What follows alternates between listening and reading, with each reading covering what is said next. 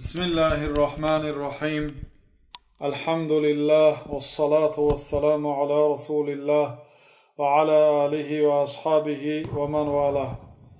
أما بعد، شيخ الإسلام قدس الله روحه ونور ضريحته در عقیده واسطیه در باب اثبات صفاتهای الله سبحانه و تعالی یک چند آیاتها را ذکر کردند و گفتند که ما یعنی اهل سنت و جماعت الله سبحانه و تعالی را وصف میکنیم چگونه ای که الله تعالی خود را وصف کرده است. ما از پیش خود به الله تعالی یگان صفت اضافه نمیکنیم و یگان صفتی که الله تعالی ذکر کرده است و به خود وصف کرده است و انکار هم نمیکنیم. به صفاتهای مخلوقات مانند هم نمیکنیم. بعضی انسانها شیخ الاسلام ابن تیمیه را جسمیه میگویند و پیروانشان را جسمیه. برای چی جسمیه؟ میگن به الله تعالی جسم اثبات میکند. حاشا، الله تعالی نگاه دارد که به الله سبحانه و تعالی جسم اثبات کنیم. خود کلمه جسم اثبات نشده است به الله سبحانه و تعالی، نفی هم نشده است. الله تعالی اثبات هم نکرده است، نفی هم نکرده است. الله تعالی نگفته است که الله تعالی جسم دارد حتی شیخ الاسلام اثبات کند. شیخ الاسلام اثبات نمیکنه هر چیزی که الله تعالی اثبات نکرده است و انکار هم نمیکنه هر چیزی که الله تعالی انکار نکرده است. گپ نمیزنند. برای چی؟ برای اینکه الله تعالی سکوت کرده است، هیچ چیزی نگفته است، بلکه گفته است که لیس کمثله شیء، مانند الله تعالی چیزی نیست گفته است. انسان ها اگر جسم داشته باشند مثل الله تعالی چیزی نیست، یگان مخلوق مثل الله سبحانه و تعالی نیست. این نفی مجمل است از جانب الله تعالی. الله تعالی وقتی که صفاتها را به خود اثبات میکند مفصلا به تفصیل بیان میکند، اما وقتی که نفی میکند مجملا نفی میکند. مانند الله تعالی چیزی نیست، با الله تعالی چیزی برابر نمیشود. الله تعالی شریک ندارد و همین گونه. و در این درسی که امروز برای شما شرح میدهیم، شیخ الاسلام رحمت الله علیه چندین آیات ها را ذکر میکنند که اکثرش آیات هایی که بعض صفات ها را از الله تعالی نفی میکنند. تا امروز چندین آیات ها بود. در همه این آیات ها الله سبحانه و تعالی بعض صفات ها را به خود اثبات میکرد. شیخ الاسلام رحمت الله علیه گفتند و قوله تبارک اسم ربک ذی الجلال والاکرام، و این چنین قول الله سبحانه و تعالی را خوانید و دانید که در اینجا الله تعالی خود را وصف کرده است و به خود بعضی صفات ها را اثبات کرده است. از جمله الله تعالی که تبارک اسم ربک ذی الجلال والاکرام، مبارک است نام پروردگارت. در اینجا اثبات صفت اسم، یعنی الله تعالی نام داشته است. و دیگر این است که نام الله سبحانه و تعالی مبارک بوده است، به برکه است. واقعا اگر یک شتر یک تانینه را بسم الله گفته کشید، یک تان گوشت حلال است. اگر بسم الله نگفته کشید، یک تان گوشت حرام است. انا مبارکی نام الله تعالی. به نام الله تعالی هر کار به نام الله تعالی می شود. حتی پیامبر صلی الله علیه و سلم پیش از در آمدن به حاجت خانه بسم الله اللهم انی اعوذ بک من الخبث والخبائث میگفت. به نام الله می درایم پیش از در آمدن. به نام الله می درایم پروردگار، من از جنهای نر و ماده به تو پناه می طلبم. ولی بعضی ها میگن که من داملاهای 60 ساله من نو فهمیدم که پیش از حاجت خانه هم بسم الله میگفته است. هیچ گپ ندارد. آخه پیامبر صلی الله علیه و سلم پیش از در آمدن در بیرون گفتن، وقتی که می بر آمدن با غفرانک میگفتن. و نام الله تعالی را حتی پیش از علاقه و خفت و خوابی همدیگر باید بگوید. پیامبر صلی الله علیه و سلم میگه اگر یکی شما به اهلش نزدیک شود و بسم الله اللهم جنبنا الشیطان و جنب الشیطان ما رزقتنا بگوید و اگر در تقدیر آنها فرزند نصیب باشد، شیطان با آن فرزند ضرر نمیرساند. و انسان وقتی که به خانهش میداره بسم الله میگه، شیطان ها در بیرونی در میمونند، میگن در اینجا برای ما جای نیست. اگر بسم الله نگفت با دیگر شیطان ها را فریاد میکنه بیایید اینجا جای خوب است. و وقتی که طعام را بسم الله گفته شروع میکنید، شیطان ها دست میبردارند. اگر بسم الله نگوید، شیطان ها همراهتان از طبق شما میخورند. و همین گونه در خفت و خواب بسم الله باید ضرور است، حتی پیش از کشیدن لباس. کسی که اگر بسم الله گفت، چشم جن ها دیگر نمیبینه. نام الله تعالی مبارک است. تبارک اسم ربک ذی الجلال والاکرام. غیر از این که در این آیت اثبات خود اسم که الله تعالی دارای اسم است، یعنی الله تعالی نام دارد. اون چیزی که نام نداره و چیز نیست. هر چیزی که هست و نام دارد. تبارک اسم، مبارک است اسم پروردگارت. اثبات صفت مبارکیت به نام الله تعالی که نامهاش مبارک است. و این چونین ربک، پروردگاری تو. پروردگار یعنی صاحب، آفریدگار، تربیت کننده. این کلمه رب به دیگر چیزها هم اطلاق کرده می شود.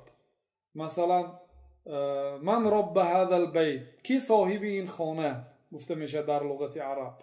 کی صاحب این خانه، کی صاحب این اسب گفته میشه.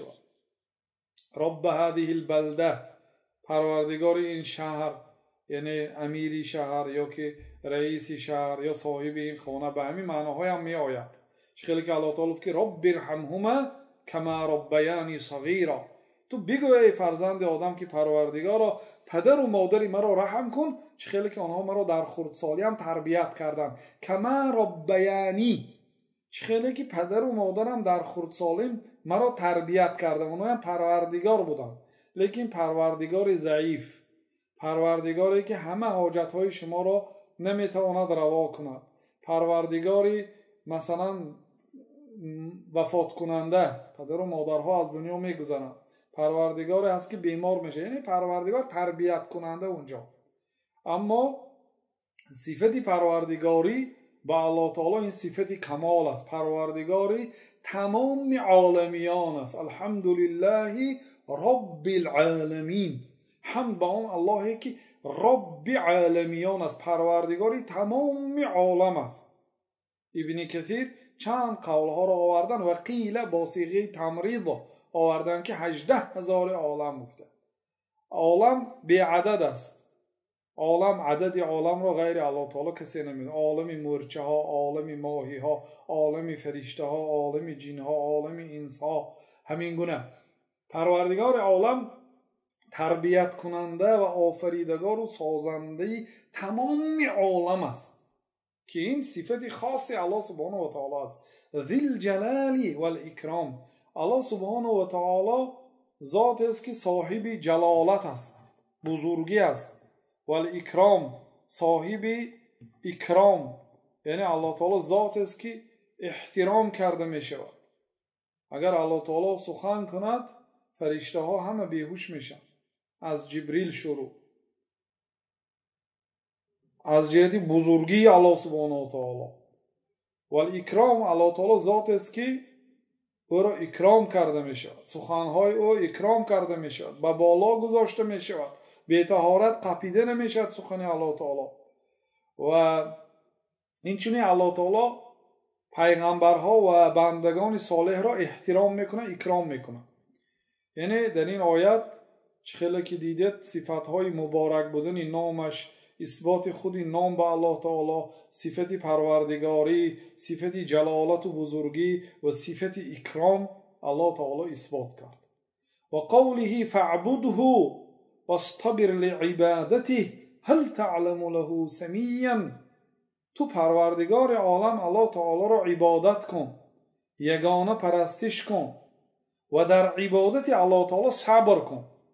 بله، عبادت تکرار شونده است. هر شب قیام اللیل است، هر روز نماز بامداد است، هر روز ذکر سحر هست، هر روز نماز پیشین هست. 5 وقت نماز هر روز تکرار میشه. هر روز باید ذکر کنید، هر روز باید عبادت کنید. واستبر العبادته، در عبادت الله تعالی صبر کن و با صبر وصیت کن دیگرها را. هل تعلم له سمیا. تو آیا یگان شخصی را میدونی که هم نام الله تعالی باشد؟ استفهام اینکار، یک معنای سمیعاً هم نام، یعنی یگان شخصی را میدونی که نامش الله باشد؟ نه، ندارد. یا اینکه هل تعلم له سمیعاً، آیا یگان شخصی را میدونی که هم نام الله تعالی باشد؟ الله سبحانه و تعالی مثلا عزیز است، حکیم است و این نامش به خودش موافقت میکند. یکی از قاعده های بزرگ نام ها و صفات های الله تعالی که در درس اول یا دوم چند قاعده ها را گفته بودیم، یکی از قاعده های بزرگ در نام های الله تعالی این است که اسماء الله اعلام و اوصاف، نام های پروردگار عالم اعلام است، هم نام است هم صفت است. یعنی به همین نام الله تعالی نامگذاری شده است و هم به همین صفت هایی که همین نام دارا است الله تعالی موافقت میکند. خیلی نمیگه فقط یک نام گذاشتگی به نامش موافقت نکند، نه، نام الله تعالی به خود ذاتش و صفاتهایش موافقت میکند. الله تعالی کریم است، واقعا کریم است. کریم کی؟ کریم سخی نیست ترجمهش. سخی این آدم است. سخی میدهد، یک چی امیدوار است در مقابلش، هیچ نباشد از الله تعالی امیدوار است که اجر دهد یا عوضی نیک دهد. یک سوم خیر میکنه الله تعالی 700 و زیاده از این میگرداند. این را میدانند آنهایی که لذت خیر و لذت صدقه چشیدند و راحتی آن را چشیدند، اونا میبرارند. با مقصد چی؟ با مقصد زیاد کرده گرفتن و این بهترین تجارت است. تجارت با همراهی الله تعالی هست. قرض میتید به الله تعالی، الله تعالی اضافه کرده میتید. به الله تعالی اجازت است که پول شما را اضافه کرده دهد. خب الله سبحانه و تعالی خلاصه به نامش موافق است. کریم گفتیم ذاتی است که میدهد و بر مقابلش هیچی نمیخواهد. در مقابلش مثلا حاتم طایی هم کریم بود، سخی بود، در مقابلش شهرت میخواست که نامش در تمام دنیا وردی زبان شود. شد. همه حاتم طایی را با سخاوت میشناسند. واقعا شخصی سخی بود، لیکن به عوض بود. میخواست که مردم او را ذکر کنند، میخواست نامش در همه جا ذکر شود. اما الله سبحانه و تعالی میدهد، بر عوضش هیچی نمیخواهد. کریم است. خلاصه نامهایش به خود الله سبحانه و تعالی موافق است. شاید در بین بنده ها یگان آدم داند که نامش کریم است از بنده های بخیلترین خلق الله تعالی باشد، یعنی نامش به اسمش به صفاتهایش موافقت نمی کند. اما الله تعالی اعلام و اوصاف است. نامهایش هم علم است، با آن نامها شناخته میشد، هم وصفهای الله تعالی است. از هر یک نام صفت گرفته میشد. هل تعلم له سمیعا، آیا یگان هم مثل و مانند به الله تعالی را میدانی که به نامهایش و صفاتهایش موافقت کند؟ نیست. استفهام اینکار است. یعنی استفهام است، در اینجا الله تعالی سوال داده است، لیکن در ضمن سوالش رد کرده است که هم مثل و مانند ندارد. اینجا نفی صفتی هم مثل به الله تعالی. سمیون یعنی نظیر، برابر. ولم یکن له کفوا احد، و الله سبحانه و تعالی کف ندارد. کف چی است؟ کف یعنی برابر، در لغت عرب به معنای نظیر، هم مثل، مانند. الله سبحانه و تعالی ولم یکن له کفوا احد، و به الله تعالی کسی کف نیست، برابر نیست، نزدیک نیست، هم مثل و مانند نیست. در اینجا نفی مجمل است. الله تعالی مجمل کرده نفی کرد که یگان چیز در این دنیا به الله سبحانه و تعالی برابر و مانند نیست. فلا تجعلوا لله اندادا و انتم تعلمون. این نهی است. الله تعالی گفت که به الله تعالی نیدها قرار ندهید. نیدون شریک. پیامبر صلی الله علیه و سلم را پرسیدند که بزرگترین گناه چی است یا رسول الله صلی الله علیه و سلم؟ گفتند که ان تجعل لله ندا و هو خلقه. بزرگترین گناه این است که به الله تعالی شریک قرار دهی و حال آن که الله تعالی تو را آفریده است. الله تعالی تو رو آفریده است لیکن تو دیگر کس پرستش کنی. حالا اگر دیگر کس اگر پدر گوید کسی غیری پدری خودش رو اگر پدر گوید دانسته لعنت کرده می شود. کسی که خود رو به غیری پدرش نسبت دهد. حالا اون که یک مخلوق است. بعضی انسان ها فقط پدر است تمام. همین یک از وی رفتگی چیز همین علاقه کرده است تمام. همین که دیگه نه مادرش دیده است نه همین آدم ندیده. همین پدر است. اگر همین به خودتون نسبت ندید، آن آدمی که شما گرفته تربیت کرده و کلام کرده است همین به نسبتت گناهکار میشید. باید پدری اصلی تو به نسبت دید. چی جایی اکن الله سبحانه و تعالی که انسان را آفرید است. وقتی که انسان را الله تعالی آفرید، انسان دیگر کس را عبادت و پرستش میکنه. بنابراین پیامبر صلی الله علیه و سلم در حدیث مثال زدن، گفتن که از همه بزرگترین گناه این شرک است. مثالش این است که یک آدم رفته از بازار برای خود یک غلام میخرد. غلام در لغت عرب به معنای عبدون، عبد این بنده، عبدالمطلب بنده مطلب، یعنی وقتی که بنده از بازار خریده میید همون بنده شما میشد، بنده شما میشد. بعد همون بنده را با چی مقصد خریدید؟ به همین مقصد خریدید که کسب داشته است، مثلا سرتراش است، خریده میبید و بر تگی در نزد درت ها یک دکانی سرتراشی میکشید، میگید که اینجا کار کن، هر موضوعی که درآمد میکنی همش از آن من است، فقط از شما تعام دادنی همون غلامتون میرد خلاص، هر درآمدی که کرد به شما است. بنابراین غلامی که هنر دارد نرخش قیمت است.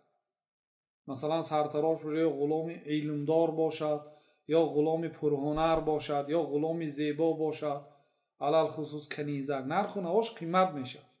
پیر باشد، کسل باشد، اینا پگه بگه میمورد پولش صرف میشه. بنابراین نرخ‌های غلام‌های هم فرق میکرد.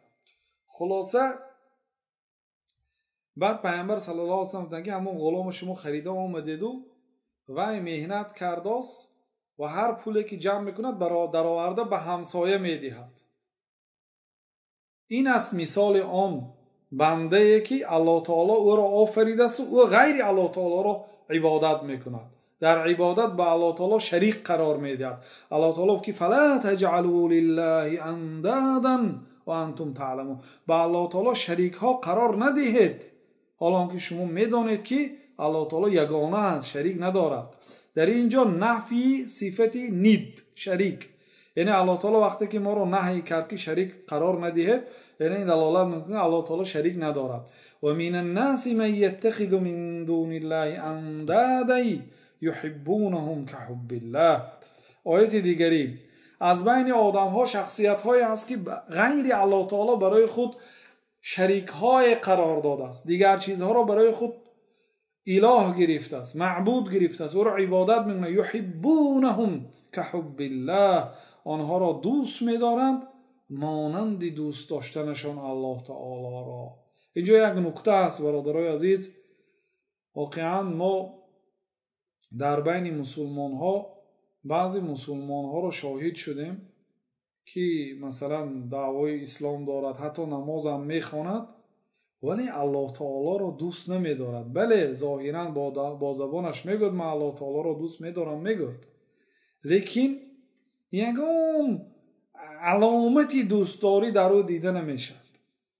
ببینید در اینجا الله تعالی مشرک ها را وصف کرده است که از بین انسان ها شخصیت های هستند که برای الله تعالی شریک ها قرار دادن و همون شریک هاشون دوست میدارن چه خیلی که الله تعالی را دوست میداشتن. آنها الله تعالی را هم دوست میداشتن، با شریک ها قرار دادن و یک شریک های هم دوست میداشتن، با وجود همین اینها مشرک هستن، از دایره اسلام بیرون هستن، اینقدر محبت به الله تعالی داشتن. چه خیلی که پیامبر صلی الله علیه و سلم بعضی صحابه ها را پرسیدن که کم اله تعبدو، چند خدای را پرستش میکنی؟ گفت که 7. کدام ها؟ گفت که 6 تا در زمین، 1 تا در آسمان. بعد گفتن که در وقتی شدت، تنگی، مصیبت و مشکلی کدامش را پرستش میکنی؟ گفت که آنی که در بالا است. گفتن که این 6 تایی که در زمین است ترک کن، همه یک تایی که در آسمان هوای عبادت کن. مقصد این است که ندون شریک به الله تعالی شریک ها قرار می دادن. الله تعالی را اعتراف داشتن، می گفتن که آسمان ها و زمین ها و مخلوقات و موجود ها را الله تعالی آفریده است. خب برای چی این 6 نفری که در زمین از سنگ و از لای و از درخت خودت ساختی، با خودت نام گذاشتی، ای را عبادت میکنی؟ میگوید که آخر اینها بیگناه هستند، درخت گناه ندارد، سنگ گناه ندارد، من اینها را عبادت میکنم تا اینکه اینا گناه نکرده است الله تعالی را، مرا به الله تعالی نزدیک کناند، گفته عبادت میکردن. یعنی شرک محض نبود، شرک وسیله بود. میخواستن که با همین وسیله به الله تعالی نزدیک شوند. اونا واقعا دوست می‌داشتن الله تعالی را، میخواستن که الله تعالی آنها را عفو کند، میخواستن که الله تعالی آنها را دوست دارد، لیکن با طریقه خطا. این آیت رد نفی صفت ند، یعنی شریک ندارد الله تعالی، چون که الله تعالی تنقید دارد آن شخصیت هایی که غیر الله تعالی را به الله تعالی شریک قرار میدادند. آیت دیگری وقل الحمد لله الذي لم يتخذ ولدا ولم يكن له شريك في الملك ولم يكن له ولي من الذل وكبره تكبيرا. بگو ای پیغمبر الحمد لله، بگو حمد برای الله، حمد ستایش سزاوار الله است. الذي لم يتخذ ولدا، نفی فرزند، آن ذاتی که الله تعالی ذات است که برای خود فرزند نگرفت. نفی صفت فرزند، الله تعالی فرزند ندارد. من در اینجا الله تعالی نفی کرد از خودش، گفت که من فرزند ندارم. گفت ما هم اهل سنت و الجماعت از الله تعالی نفی میکنیم هر صفتی که الله تعالی همین صفت در من نیست. گفت الله تعالی گفت که الله تعالی فرزند ندارد در یک چند جای قرآن کریم. اگر الله تعالی فرزند دارد این صفتی نقص است نسبت الله تعالی، اما نسبت فرزندان آدم غالبا صفتی کمال است. آدم فرزنددار باشد این صفتی خوب است، یعنی عموم گیرید، نه در بعضی حالت ها. مثلا یک داماد آمد خواستگار شده به دختری شما لیکن فرزند دارد، این صفتی نقص است در همین جا. برای چی؟ برای اینکه دامادی فرزنددار، دختری من دختری جوان است، دامادی بچه دار آمده است، صفتی نقص است در اینجا. لیکن عموم گیرید شخصیتی که صاحب فرزند است این صفتی کمال است، یعنی این صحت سلامت است، انسانی آبرو داشته است که مردم زن دادیان، قوت و سلامتی داشته است که الله تعالی برای این فرزند داده است.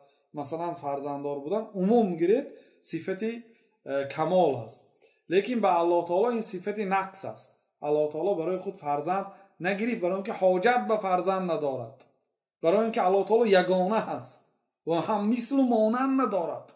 وقتی که فرزند گیرد، فرزند جزئی پدر و مادر است. پیامبر صلی الله علیه و سلم میگه من اغضبها اغضبنی، کسی فاطمه را به غضب آورد و من غضب آورد است. فاطمه تو بضعه منی، فاطمه یک برده گوشتی من است، یک قطعه من است. من اغضبها اغضبنی، کسی که او را به غضب آورد و مرا به غضب آورد است. بنابراین فرزند انسان جزئی انسان است. الله تعالی فرزند نگیرید برای اینکه او شریک ندارد، هم مثل ندارد. اگر فرزند میداشت فرزندش مثل خودش میشد. سبحانه، الله تعالی از فرزند پاک است. لم یتخذ ولدا، نفی، الله تعالی به خود فرزند نگیرید. ما هم نفی میکنیم، یعنی انکار میکنیم، میگیم که الله تعالی فرزند ندارد، صفت فرزندداری در الله تعالی نیست. ولم یکن له شریک فی الملک، الله تعالی در ملکش شریک نیست. مثلا یک زواد دو کس خریدن و 10 کس شریکی شدن، شریک، یا ماشین دو کس خریدن شریکی، یا یک دکان دو کس خریدگی شریکی، یا 3 کس خریدگی، یا شرکت ها از همین کلمه شریک گرفته شده. چند نفر شریک میشد، سهم خود را میگذارد، بعد همون شرکت تشکیل میدهند. ولم یکن له شریک فی الملک، الله تعالی در ملکش شریک ندارد. تمام زمین و آسمان و مخلوقات و موجوداتی که در بالای آنها و بین آنها هست، همه آن از آن یگانه الله است. یعنی نفی شریک در ملکش و در همه چیز. ولم یکن له ولی من الذل، الله تعالی دوستی از جهتی خاری ندارد، یعنی مطلقا ولی را نهی نکرد، نفی نکرد. الله تعالی مطلقا از خودش صفتی دوست را انکار نکرد، چون که الله ولی الذین آمنو در جای دیگر در سوره بقره گفت که الله تعالی دوستی آنهایی که ایمان آوردند گفت. لیکن در اینجا ولی را از خود انکار کرد و گفت که الله تعالی لم یکن له ولی من الذل.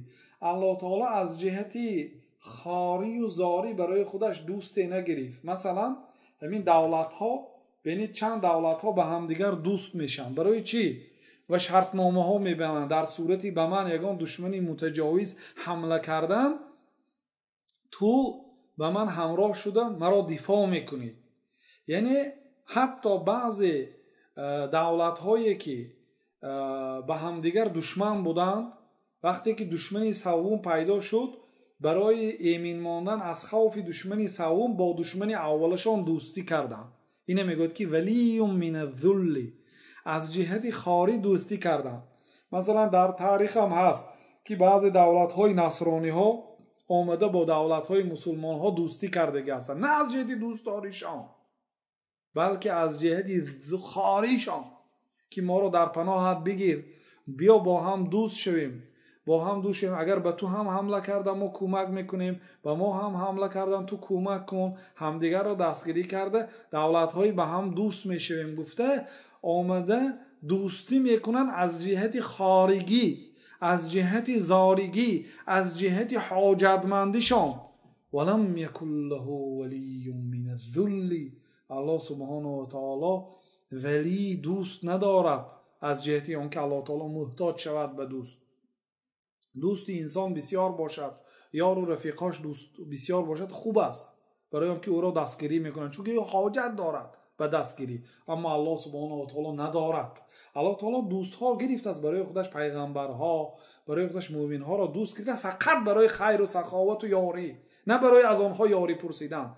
یا عبادی لو ان اولکم و آخرکم و انسکم و جنکم كانوا على اتقى قلب رجل واحد منکم ما زاد ذلك فی ملکی شیئا. حدیث قدسی از در صحیح مسلم. ای بندگانم، اولینتان یعنی آدم علیه السلام، آخرینتان آن آدمی که پیش از قیامت به دنیا می آید و قیامت قایم می شد، انسکم و جنکم، انسان هاتان و جن هاتان، همه شما، اگر کانوا علی اتقا قلب رجل واحد، در این دنیا با تقوادارترین مردی دنیا کی باشد، همتان مثل او باشید.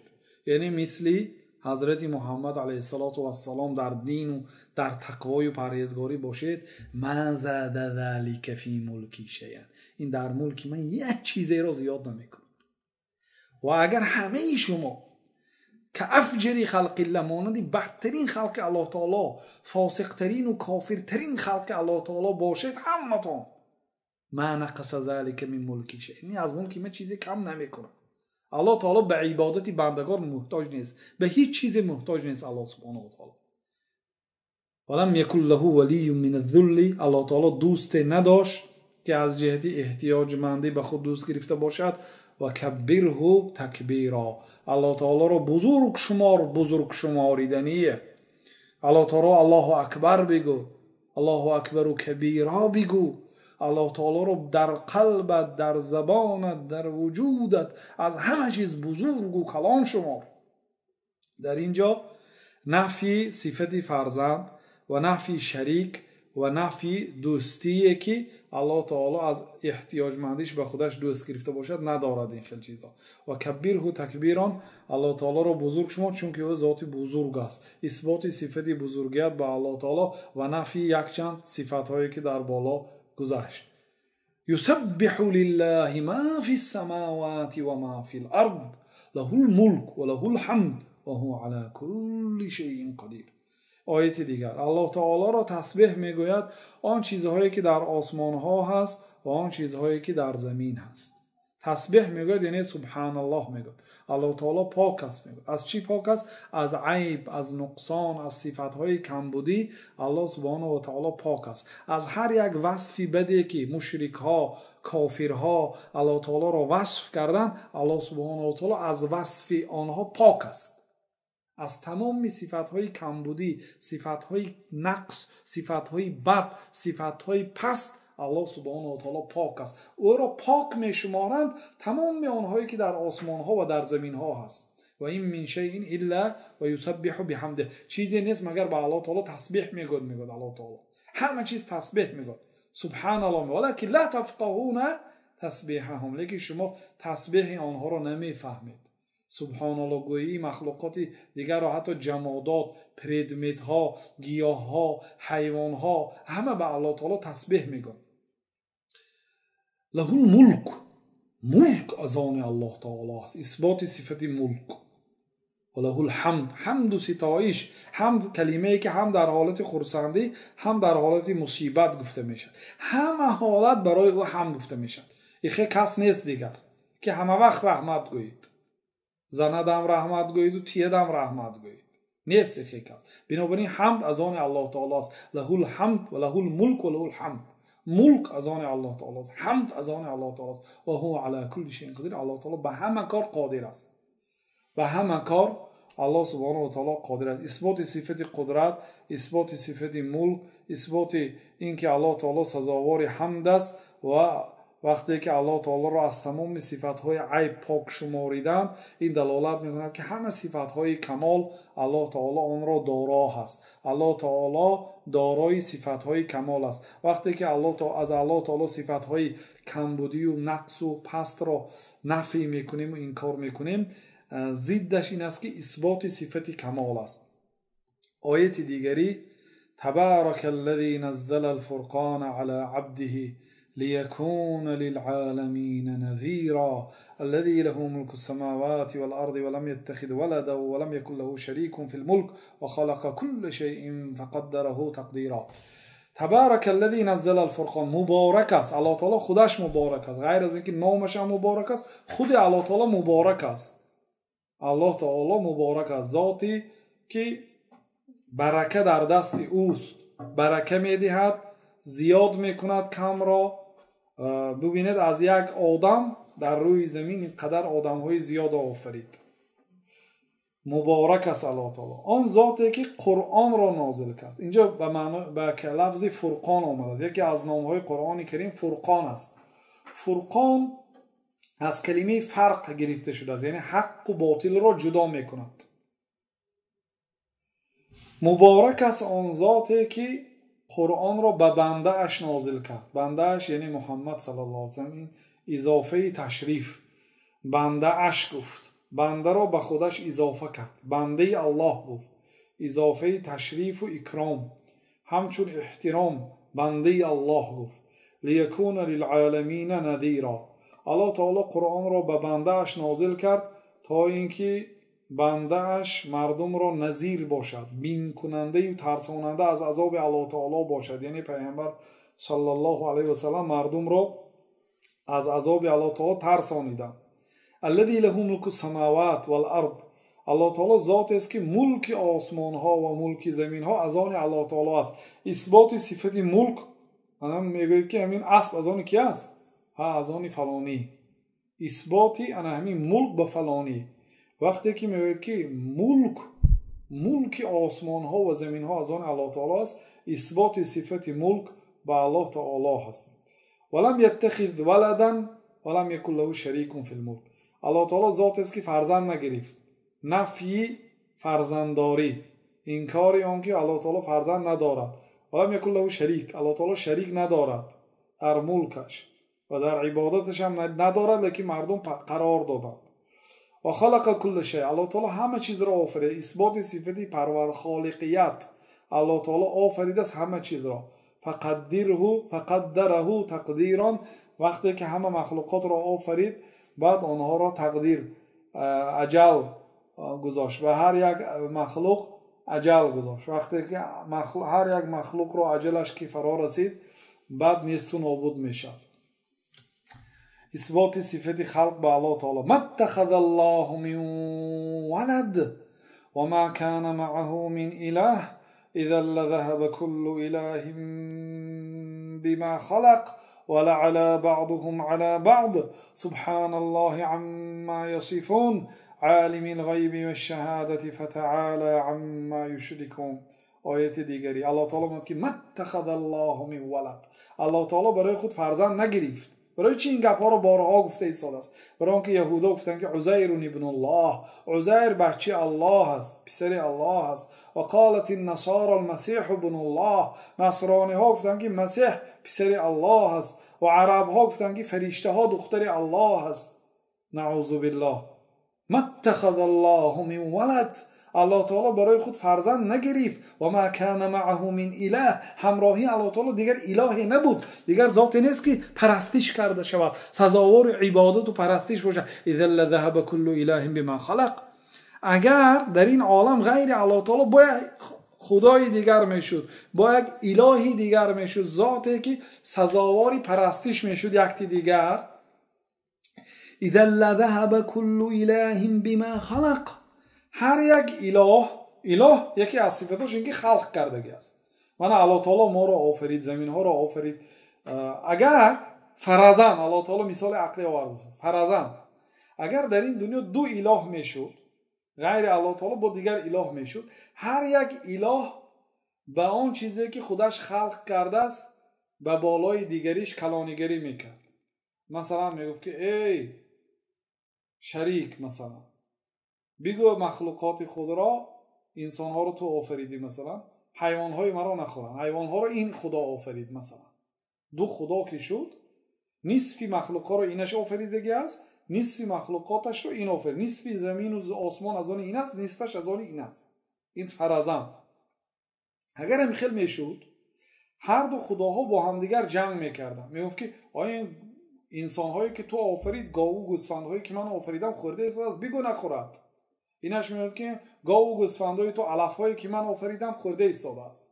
مثلا آن یکی خدایی که مثلا کوه آفریده است، میگه که زمین، میگه از بالای زمینت کوه ما میگیرم تا اینکه زمینت ملایم شود و دیگه مردمت راه گشته نتونن. مثلا یا گفت که آفتاب من نمیبرورم برای آنکه مثلا آفتاب از آن من است، من نمیخواهم با، یعنی چه خیلی که بعضی دو دولت ها با همدیگر جنگ کنن، همدیگرشون تحریم های اقتصادی میکنن و گازشون رو نمیتین و بنزینشون رو نمیتین برای اینش عذاب دادن، همین خیل میکنه. الله تعالی میگه که اذا لذهب كل اله بما خلق ولعلى بعضهم على بعض. بعض خداها بالای دیگر خداها کلانیگری میکنن. این میگه من فلانی آفریدم، من فلان چیز آفریدگی هستم و این همدیگر جنگ و جدال میکنن. در دیگر آیت هم گفت که لو کان فیهما آلهة الا الله لفسدتا. اگر در این زمین و آسمان ها غیر الله تعالی با یگان الهی دیگر میشد، زمین و زمان ویران میشد. این دلیل عقلی است برادران برای اثبات الله تعالی. این رو در نماز تراویح یک جا شدیم، بعد 4 رکعت یا آدم امر معروف کرد، بعد میگه تمین اثبات وجود الله تعالی رو گپ زده است که الله تعالی هست. برگ بین، نغز برگ به نگاه کن. وقتی که این برگ به نگاه میکنی قدرت الله تعالی رو میفهمیم. فلسفه در آمده است. بعد من گفتم که اصلا به مسلمان ها اثبات صفت الله تعالی شرط نیست. خیلی که آفتاب بودنش دلیل در کار نیست، برای اثبات هستی آفتاب دلیل لازم است؟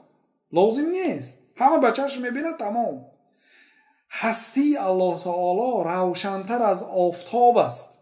بنابراین حاجت نیست که الله تعالی رو به مردم اثبات کنی. اگر در کار شاید الله تعالی آیات‌های بسیار عقلی، اگر عقلی فهماندنی باشی، آیات‌های بسیار آورده است مانند همین. منو ببینید، اگر در این عالم غیر الله تعالی با دیگر اله میشد، اله‌ها با هم دیگر کلانیگری میکردند، با هم دیگر جنگ میکردند و زمین و آسمان ویران میشد. سبحان الله عما یصفون. الله تعالی پاک است از آن وصفی که مشرکا الله تعالی رو وصف میکنن. فرزند دارد و فرزند داشته باشه و شریک است، الکی میراث خور است. سبحان الله عما یصفون. پاک است از الله تعالی از آن وصفی که مشرکا الله تعالی رو چنین وصف میکنن. ما باید الله تعالی رو وصف کنیم چه که الله تعالی خود را وصف کرده است و انکار کنیم اون صفاتایی که الله تعالی از خود انکار کرده است. عالم الغیب و شهاده، الله تعالی داننده غیب و داننده شهادت است. یعنی اون چیزی که شهادت است، یعنی اون به مردم هم معلوم است، الله تعالی رو میداند. مثلا روز شد، هوا گرم شد، هوا خنک شد، نه همه فهمید.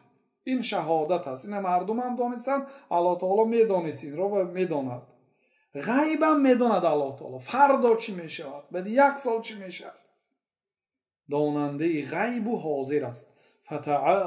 فتعال عما یشرکون. الله تعالی عالی است، ذات بلند و پاک است از آن صفات‌های پست و بدی که مشرک‌ها به الله تعالی نسبت می‌دهند.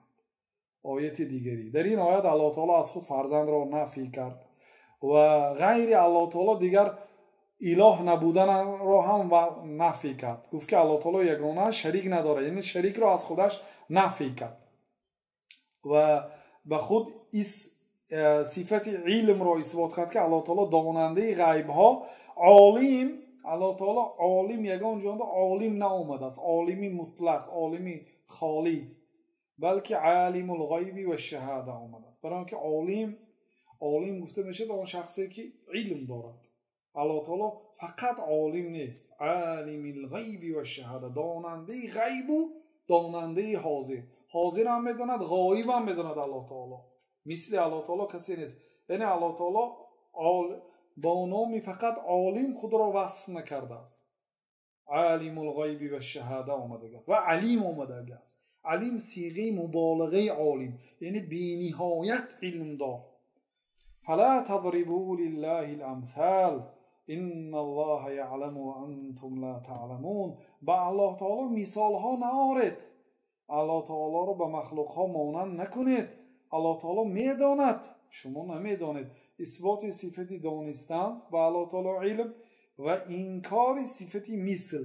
الله تعالی هم مثل و هم مانند ندارد. مشرک ها میگفتند که ان الله اجل من ان یعبده الواحد منا. الله تعالی بزرگتر است از آن که ما یکی ما الله تعالی را عبادت کنیم. فلا بد من اتخاذ واسطه بیننا و بینه. ما باید بین ما و بین الله تعالی یک واسطه گیریم. فکانوا یتوسلون الیه بالاصنام. بنابراین آنها صنم ها را عبادت میکردند. صنم هایی که از درخت، از تخته، از چوب، از سنگ، از لای ساخته شده است، از چیزهای بیگناه، آنها را عبادت میکردند. تشبیها له بملوک دنیا. میگفتن که ما باید الله تعالی را مباشرتا به واسطه پرستش نکنیم. الله تعالی ذات بزرگ است. ما خیلی که پادشاه ها را، یعنی به نزد آنها هر وقتا که خواهیم در آمده نمیتوانیم، به واسطه وزیرای، به واسطه شناس ها میدراییم و سخن خود را میرسانیم. همین گونه ما باید سخنهایمان را به واسطه رسانیم. گفتن بعد الله تعالی همین آیت را نازل کرد که فلا تضربوا لله الامثال. با الله تعالی مثال نبیارید، الله تعالی را به مخلوق ها مانند نکنید. نگویید که خیلی که به نزد رئیس و به نزد راهبر به واسطه در آمده نمیشد، به نزد الله تعالی هم به واسطه در آمده نمیشد. نگویید از الله تعالی شب است، روز است، در کجای دنیا باشد، از الله تعالی با کدام زبان باشد بپرسید، الله تعالی شما را میشنود. آیت دیگری که با همین آیت صحبت را به خاتمه میرسانیم، الله تعالی میگوید که قل انما حرم ربی الفواحش ما ظهر منها وما بطن والاثم والبغي بغیر الحق وان تشركوا بالله ما لم ينزل به سلطانا وان تقولوا على الله ما لا تعلمون. بگو ای پیامبر صلی الله علیه وسلم، انما حرم ربی الفواحش، پروردگاری من فاحشگی را من کرد، حرام کرد. فاحشه کدام نوعی آن باشد حرام است. ما ظهر منها و ما بطن، آن فاحشه که در پنهانی می شود یا اینکه در آشکارا می شود، همش را الله تعالی حرام کرد. اثبات صفت تحریم. الله تعالی حرام میکند و حلال میکند. الله تعالی حق دارد که حرام کند و حلال کند. این صفت الله تعالی است که حرام میکند، بعضی چیزها رو به ما منع میکند، بعضی چیزها رو به ما اجازت میدهد. ما ظهر منها و ما بطن، هر فاحشه‌ای که آشکارا هست یا پنهانی است، همه آن را الله تعالی حرام کرد. ولی اثم، گناه را جمیع گناه را و البغی ظلم را بغیر الحق، یعنی ظلم را الله تعالی حرام کرد.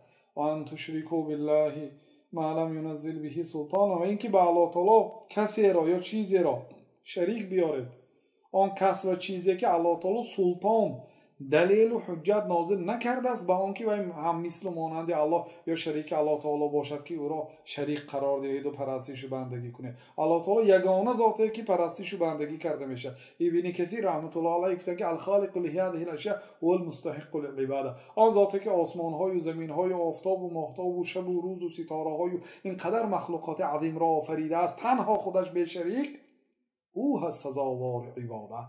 برای الله تعالی شریک پرستش قرار ندهید و پرستش نکنید. الله تعالی فاحشه را حرام کرد، گناه را حرام کرد، ظلم را حرام کرد و اینکه به الله تعالی شریک بیارید.